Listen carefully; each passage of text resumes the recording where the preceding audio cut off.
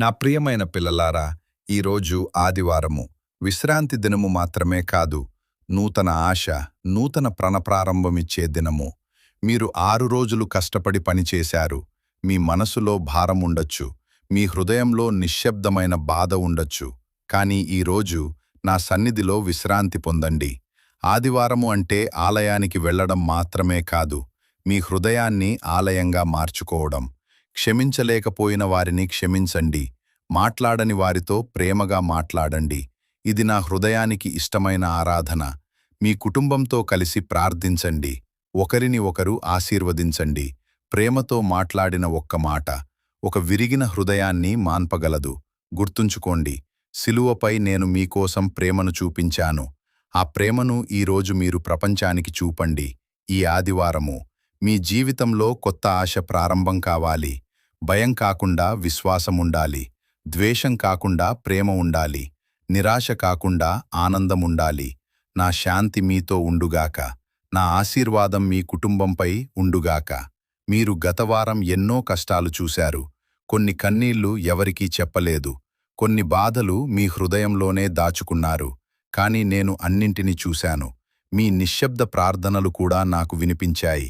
ఆదివారము మీకు ఒక గుర్తు. చీకటి శాశ్వతం కాదు.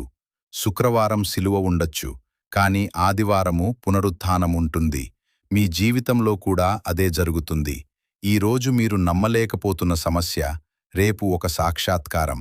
తున్న సమస్య రేపు నా ప్రియమైన పిల్లలారా, మీరు ఉపవాసం ఉంటే అది కేవలం ఆహారం వదిలేయటం మాత్రమే కాదు. ఉపవాసం అంటే మీ హృదయాన్ని శుద్ధి చేసుకోవడం, మీ మనసును దేవుని దగ్గరకు తీసుకువెళ్లడం. మీరు ఆకలిని అనుభవించినప్పుడు ఇతరుల బాధను గుర్తు చేసుకోండి. మీరు నీళ్లు తాగాలనిపించినప్పుడు నీరు లేక బాధపడుతున్న వారిని జ్ఞాపకం చేసుకోండి. ఉపవాసం బయటకు చూపించడానికి కాదు, ప్రజలు చూడాలని కాదు, మీ తండ్రి దేవుడు గోప్యంగా చూసి మీకు ఆశీర్వదించుటకే. కోపాన్ని వదలండి, క్షమించండి, అసూయను విడిచిపెట్టండి. అప్పుడు మీ ఉపవాసం నాకు ఇష్టమైనదై ఉంటుంది. మీరు ఆహారం వదిలి ప్రార్థనలో నిలబడినప్పుడు మీ బలహీనతలో నా బలం మీతో ఉంటుంది, మీ కన్నీళ్లలో నా శాంతి ప్రవహిస్తుంది. ఉపవాసం మీ శరీరాన్ని మాత్రమే కాదు, మీ ఆత్మను కూడా బలపరచాలి. భయపడకండి, నేను మీతో ఉన్నాను. మీ ప్రతి ప్రార్థనను నేను వింటున్నాను.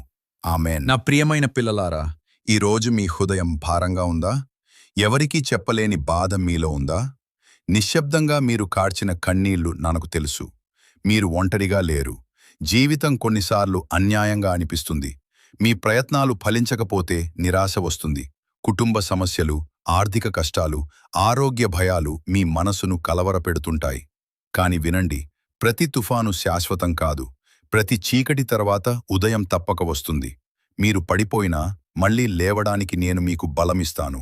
మీరు బలహీనంగా అనిపించినా నా శక్తి మీలో పనిచేస్తోంది. భయపడకండి, నన్ను విశ్వసించండి. మీ అడుగులు చిన్నవైనా సరే ముందుకు వేయండి. ప్రతిరోజు ఒక చిన్న ఆశతో ప్రారంభించండి. క్షమించడం నేర్చుకోండి, ప్రేమతో మాట్లాడండి, కోపాన్ని వదిలేయండి. ఎందుకంటే శాంతి ఉన్న హృదయంలోనే నా సన్నిధి ఉంటుంది. మీ కుటుంబం కోసం ప్రార్థించండి. మీ పిల్లలకు ఆశను నేర్పండి. మీ ఇంటిలో ప్రేమను పెంచండి. ఈ రోజు నుండే ఒక కొత్త ప్రారంభం చేయండి. గతం మీను నిర్వచించదు. మీ భవిష్యత్తు నా చేతుల్లో సురక్షితం. మీరు విలువైనవారు. మీ జీవితం అర్థవంతమైనది. మీ ప్రయాణం వ్యర్థం కాదు. నేనే మీ మార్గం, నేనే మీ సత్యం, నేనే మీ జీవితం. నా శాంతి ఇప్పుడు మీ హృదయాన్ని నింపుగాక. నా ఆశీర్వాదం మీ కుటుంబంపై ఉండుగాక. భయపడకండి, నేను మీ